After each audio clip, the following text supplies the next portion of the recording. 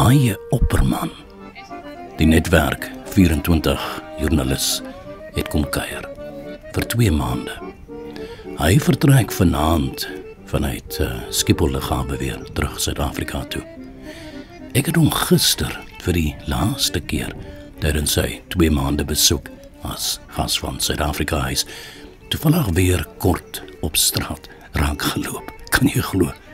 Ek op my fiets en hy daar naby die museumplein met 'n roomys in sy hand. Ek dink hy het die winter geniet. Tydens sy besoek as joernalis in die huis, dit is nou Suid-Afrika huis, op die Keizersgracht in die hart van die stad, het ek hom so 'n stukkie van my Amsterdam laat sien. Hy het my gevra om sommer so met my telefoon se kamera 'n paar filmpies vir hom te maak, terwyl hy van sy geliefde gedigte voorlees. Met Mary Poppins gesing Feed the Birds, né? By monde van Julie Andrews. En toe wens hy nog 'n Oscar ook daarvoor. Dit het ons ook na Volendam, ou vissersdorpie, nou eintlik meer 'n toeristedorp so 15 kilometer buite Amsterdam gevat. Op 'n bitter koue dag.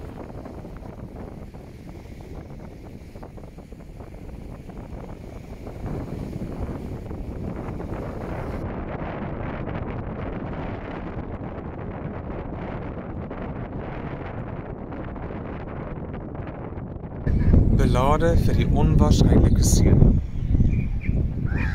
As ek eendag geseën het, sal ek hom Ronsard noem, omdat die naam alreeds 'n groot blonde man vermoed. 'n Man met die ruimte van 2 stede in sy ligte oë, met die teerheid van dae wat grysrooi oor die vlakte breek. 'n Man met hande wat my gesig omskulp, saans as hy kom groet. As ek eendag geseën het, sal ek hom Ronsard noem, want Ronsard suggereer alreeds sy bruin lag, soos van feeste op tropiese eilande, sy blonde baard en die sekerheid van sy rug, wat dag na dag die son oor die aarde abba. As ek eendag geseën het, sal ek hom Ronsard noem, en sy naam skryf, saans as die voëls water trek, en ek alleen in die skemer sit, wagtend dat sy gestalte my deurkusyne vul.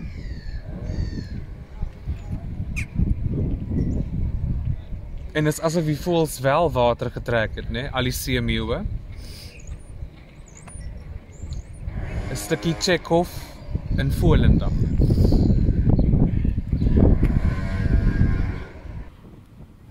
Vanaand gaan A.J. weer huis toe. Ek hoop hy het 'n hele klomp parels in sy sak.